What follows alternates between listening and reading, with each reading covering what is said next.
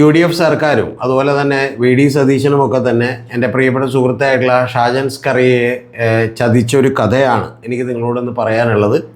കേട്ടിട്ട് നിങ്ങളാരും സങ്കടപ്പെടരുത്, കണ്ണീരണിയരുത് എന്നുള്ളത് ഞാൻ ആദ്യമേ തന്നെ പറഞ്ഞോട്ടെ. വികാരങ്ങളെ നമ്മൾ കൺട്രോൾ ചെയ്യാൻ പഠിക്കേണ്ടതാണ്.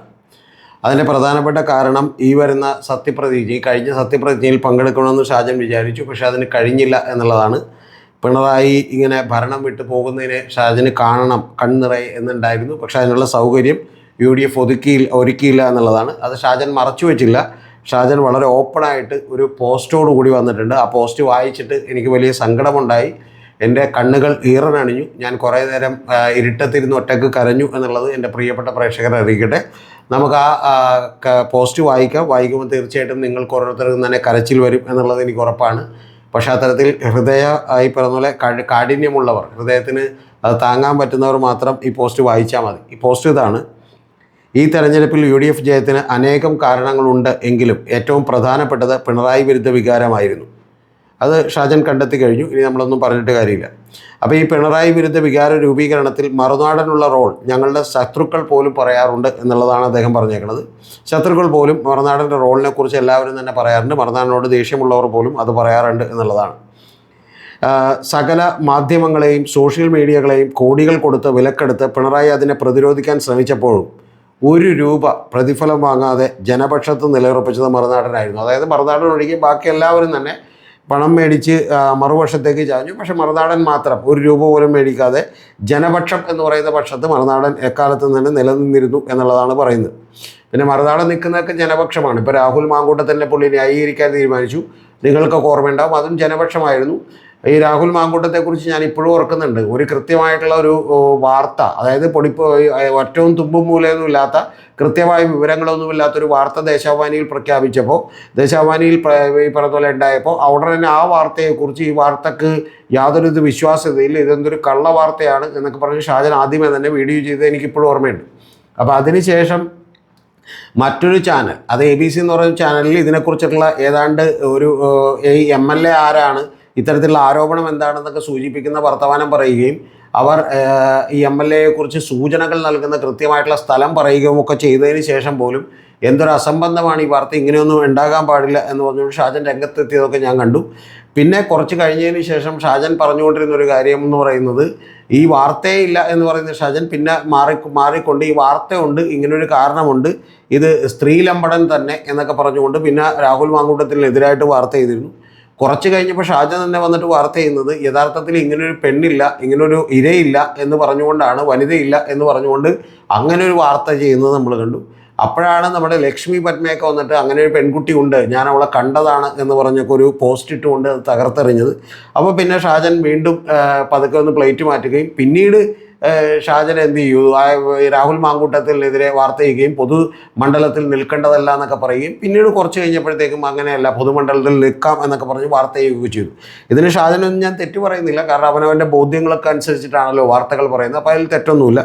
അതുപോലെ നടൻ സിദ്ദിഖിനെതിരെ ഒരു പെൺകുട്ടി ഇതുപോലെ പരാതി കൊടുത്തപ്പോഴൊക്കെ തന്നെ സിദ്ദിഖ് വളരെ നന്നായി പെരുമാറുന്ന ആളാണ് എന്നൊക്കെ പറഞ്ഞുകൊണ്ടും അതിനെ സപ്പോർട്ട് ചെയ്യാൻ ശ്രമിച്ചിരുന്നു. അപ്പോൾ അതേപോലെ തന്നെ വളരെ ആദർശധീരമായിട്ടുള്ള നിലപാടുകൾ എടുക്കുന്ന ഒരാളാണ് ഷാജൻ എന്നുള്ള കാര്യത്തിലൊന്നും എനിക്ക് സംശയമില്ല. അപ്പോൾ അദ്ദേഹം പറയുന്നത് പ്രതിഫലം വാങ്ങാതെ ജനപക്ഷത്ത് നിലയുറപ്പിച്ചത് മറ്റാരും കേരളത്തിലുണ്ടായിരുന്നില്ല, അത് ഷാജൻ ആയിരുന്നു, മറുനാടനായിരുന്നു എന്നാണ്. അതിന് ഞങ്ങൾ കൊടുക്കേണ്ടി വന്നത് വലിയ വില ആയിരുന്നു എന്നാണ്. ഷാജൻ വലിയ വില കൊടുക്കേണ്ടി വന്നു. സകല മാധ്യമങ്ങളും 3 മുന്നണികളിൽ നിന്ന് പരസ്യവരുമാനം സ്വീകരിച്ചപ്പോഴും എത്തിക്സിൻ്റെ പേരിൽ ഞങ്ങൾ നോ പറഞ്ഞു. ധാർമ്മികതയുടെ പേരിൽ ഷാജൻ ആ പരസ്യവരുമാനങ്ങളൊന്നും ഒരാളിൽ നിന്ന് പോലും സ്വീകരിച്ചില്ല എന്നുള്ളതാണ്. യൂട്യൂബിൻ്റെ വരുമാനം ഉണ്ടല്ലോ, അപ്പോൾ അത് മതി എന്നുള്ളത് ഷാജൻ വിചാരിച്ചു എന്നുള്ളതാണ്.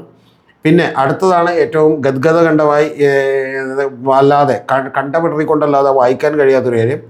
പുതിയ സർക്കാർ സത്യപ്രതിജ്ഞ ചെയ്തപ്പോൾ പങ്കെടുക്കണമെന്ന് പറഞ്ഞ് ഒരു ഫോൺ കോളോ പാസോ, ഇതിന് BGM ഇടാൻ നിവർത്തിയില്ല, പക്ഷേ BGM ഉണ്ടെന്ന് എൻ്റെ പ്രിയപ്പെട്ട പ്രേക്ഷകർ വിചാരിച്ചോളണം.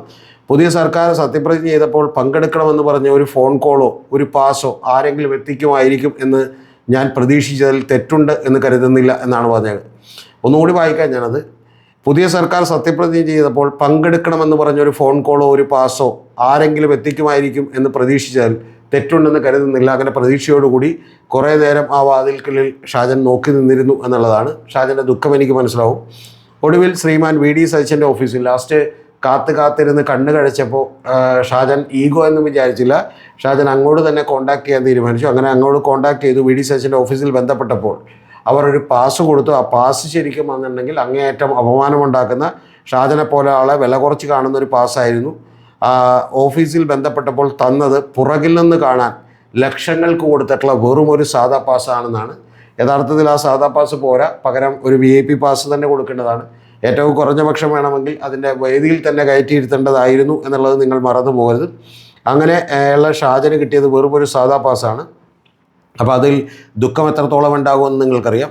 പക്ഷേ ഇതിനിടയിലും ഷാജൻ ആശ്വാസമാകുന്ന ചെറിയൊരു ഈ പറയുന്ന പോലെ മഴത്തുള്ളികളുണ്ട് എന്നുള്ളത് നിങ്ങൾ മറക്കരുത്. അത് നിയുക്ത മന്ത്രിമാരിൽ 3-4 പേർ നന്ദി അറിയിക്കാൻ വിളിച്ച കാര്യം മറന്നുകൊണ്ടല്ല ഇത് പറയുന്നതെന്നാണ്. അവരൊക്കെ നന്ദി അറിയിച്ചു, പക്ഷേ അവർ പാസ് കൊടുത്തില്ല, സത്യപ്രതിജ്ഞയ്ക്ക് വരണമെന്നും പറഞ്ഞില്ല, രഹസ്യമായിട്ട് നന്ദി പറഞ്ഞു എന്നുള്ളതാണ്.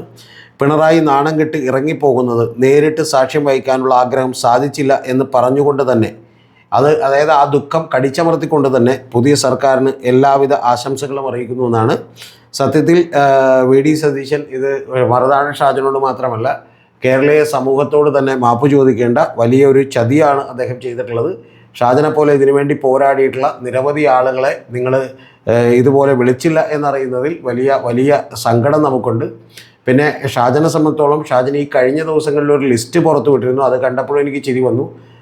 തോൽപ്പിക്കേണ്ടവരുടെ ലിസ്റ്റ് എന്ന് പറഞ്ഞൊരു ലിസ്റ്റ് പുറത്തു വിട്ടു ഈ തെരഞ്ഞെടുപ്പിൽ. അതിൽ ജയിപ്പിക്കണമെന്ന് പറഞ്ഞാൽ ഹരീന്ദ്രൻ എന്ന് പറയുന്ന CK ഹരീന്ദ്രൻ എന്ന് പറയുന്ന ഒരു MLA, അത് മാത്രമേ CPM-ൻ്റെ MLA ഉണ്ടായിരുന്നുള്ളൂ. ബാക്കിയുള്ളവരൊക്കെ മറ്റു പാർട്ടിക്കാരാണെന്നുള്ളത് നമുക്ക് ഊഹിക്കാവുന്നേ ഉള്ളൂ.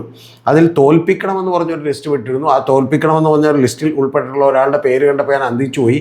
ആ പുള്ളിക്കാരിയുടെ പേര് രമ്യ ഹരിദാസ് എന്നാണ്. ഇപ്പോൾ MLA ആണ്. MLA ആയിട്ട് അദ്ദേഹം ജയിച്ചു വന്നു. കാരണം ഷാജൻ തോൽപ്പിക്കണമെന്ന് പറഞ്ഞു, പക്ഷേ ജനങ്ങൾ കേട്ടില്ല, ജനങ്ങൾ ജയിപ്പിച്ചു.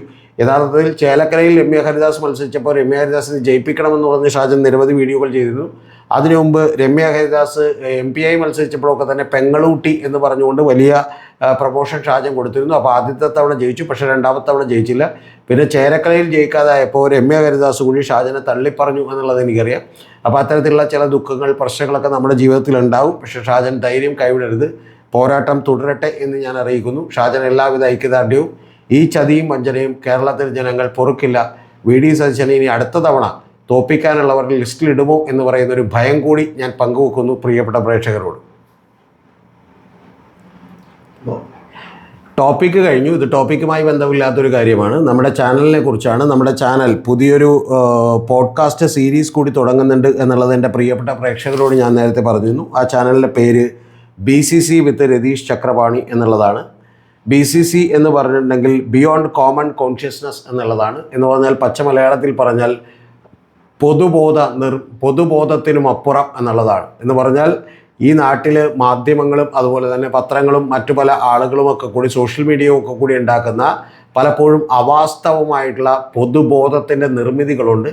ആ നിർമ്മിതികൾ നമ്മുടെ രാജ്യത്ത് മാത്രമല്ല ഇൻ്റർനാഷണൽ തലത്തിലും അഖിലേന്ത്യാ തലത്തിലും ഒക്കെ നടന്നുകൊണ്ടിരിക്കുന്നതാണ്. നമ്മൾ യഥാർത്ഥത്തിൽ ചർച്ച ചെയ്യേണ്ട വിഷയങ്ങളിൽ നിന്നൊക്കെ അവർ നമ്മുടെ കണ്ണുകളെ മായ്ച്ചു കളയുകയും മനസ്സിനെ മായ്ച്ചു കളയുകയും പകരം അവർ നിർമ്മിക്കുന്ന വിഷയങ്ങൾ നമുക്ക് വലിയ ചർച്ചയായി മാറുകയും ചെയ്യുന്നുണ്ട്.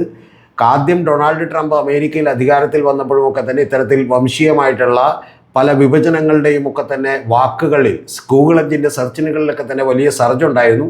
അതെല്ലാം തന്നെ ഇത്തരത്തിലുള്ള അപനിർമ്മിതികളുടെ പലപ്പോഴും പൊതുബോധ നിർമ്മാണത്തിൻ്റെ വലിയ തന്ത്രങ്ങളായിരുന്നു. അതിപ്പോൾ സോഷ്യൽ മീഡിയ ഉപയോഗിച്ചുകൊണ്ട് എല്ലാവരും തന്നെ നടത്തിക്കൊണ്ടിരിക്കുകയാണ്. യഥാർത്ഥ പ്രശ്നങ്ങളിൽ നിന്ന് വഴിതിരിച്ചു വിടാനാണ് ഇവരുടെയൊക്കെ ശ്രമം. പക്ഷേ അതിനെതിരെയുള്ളൊരു ചെറുത്തുനിൽപ്പായിട്ടാണ് നമ്മൾ ഈ പറയുന്ന ചാനൽ തുടങ്ങുന്നത്. അതിൽ വലിയ ലെങ്തി ആയിട്ടുള്ള പോഡ്കാസ്റ്റുകളാണ് ഉണ്ടാവുക. ആ പോഡ്കാസ്റ്റുകൾ വലിയ ചിലവേറിയതാണ്. കാരണം സ്റ്റുഡിയോയും അതുപോലെ തന്നെ എല്ലാ കാര്യങ്ങളും ക്യാമറകളും ഒക്കെ തന്നെ വലിയ തോതിൽ റെൻ്റൽ എടുക്കേണ്ടതുണ്ട്.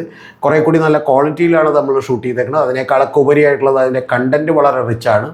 എങ്ങനെയാണ് പിണറായി വിജയൻ എന്ന് പറയുന്ന ഒരാൾ 2020-21 നിങ്ങൾക്കെല്ലാം അറിയുന്നത് പോലെ 99 സീറ്റുകളുമായി അധികാരത്തിൽ വരികയും കഴിഞ്ഞ തവണത്തേനേക്കാൾ 2% വോട്ട് വർദ്ധിപ്പിക്കുകയും ചെയ്തപ്പോൾ കരുതൽ മുഖ്യമന്ത്രിയായിരുന്ന ഒരാൾ, ക്യാപ്റ്റനായിരുന്ന ഒരാൾ, വലിയ പ്രതിരോധം നമ്മളെ കാൽക്കാനുണ്ട് എന്ന് വിചാരിച്ച കാവൽക്കാരനാകുമെന്ന് വിചാരിച്ച ഒരാൾ പിന്നീട് അങ്ങനെ അല്ലാതായിത്തീരുന്നത് ഏതൊക്കെ അപനിർമ്മിതികളുടെ പേരിലാണ്, എന്തൊക്കെ തന്ത്രങ്ങൾ ഉപയോഗിച്ചാണ്, എങ്ങനെയാണ് സതീശ വിജയം ഉണ്ടായിട്ടുള്ളത്, അതിൻ്റെ പുറകിൽ പ്രവർത്തിച്ചവരാരാണ് എന്നുള്ളതിനെക്കുറിച്ചെല്ലാം വിശദമായി പ്രതിപാദിക്കുന്ന ഒരു പോഡ്കാസ്റ്റാണ്. അപ്പോൾ ആ പോഡ്കാസ്റ്റ് ഇന്നോ അല്ലെങ്കിൽ നാളെയോ തന്നെ നമ്മൾ ആ ചാനൽ അപ്ലോഡ് ചെയ്യും. പ്രിയപ്പെട്ട പ്രേക്ഷകർ എല്ലാവരും തന്നെ അത് കാണണം എന്ന് ഞാൻ ആവശ്യപ്പെടുന്നു. കൂടാതെ നമ്മുടെ ചാനലിനെ സപ്പോർട്ട് ചെയ്യാൻ ആഗ്രഹിക്കുന്നവർക്ക് വേണ്ടിയിട്ട് നമ്മുടെ ഒരു മെമ്പർഷിപ്പ് തുടങ്ങിയിട്ടുണ്ട്. ആ മെമ്പർഷിപ്പിൽ ലെവൽ 1, ലെവൽ 2, ലെവൽ 3 എന്ന് പറയുന്ന ഏതെങ്കിലും മെമ്പർഷിപ്പുകൾ എടുത്തുകൊണ്ട് നമ്മളെ സപ്പോർട്ട് ചെയ്യാം. മെമ്പർഷിപ്പുകൾ എടുത്തുകൊണ്ട് എന്തെങ്കിലും പ്രത്യേകമായിട്ടുള്ള ഗുണമോ നിങ്ങൾക്ക് ഏതെങ്കിലും തരത്തിലുള്ള നിങ്ങൾക്ക് വേണ്ടി മാത്രമായിട്ടുള്ള വീഡിയോകളൊന്നും ഉണ്ടാവില്ല. ചില വീഡിയോകൾ നേരത്തെ കാണാം എന്ന് മാത്രമേ ഉള്ളൂ. അപ്പോൾ അത്തരത്തിലുള്ള വീഡിയോകൾ കാണണം എന്ന് വിചാരിച്ച് മാത്രമല്ല, നമ്മളെ സപ്പോർട്ട് ചെയ്യണം എന്നുള്ളത് കൊണ്ട് നിങ്ങൾക്കത് ചെയ്യാവുന്നതാണ്. കൂടാതെ കുറച്ചുകൂടി നമ്മളെ സപ്പോർട്ട് ചെയ്യാൻ താല്പര്യമുള്ളവർക്ക് വേണ്ടി നമ്മൾ ഇതിൻ്റെ താഴെ ഗൂഗിൾ പേ നമ്പറും അതുപോലെ തന്നെ അക്കൗണ്ട് നമ്പറും കൂടി കൊടുത്തിട്ടുണ്ട് എന്നുള്ളത് എൻ്റെ പ്രിയപ്പെട്ട പ്രേക്ഷകരോട് അറിയിക്കട്ടെ.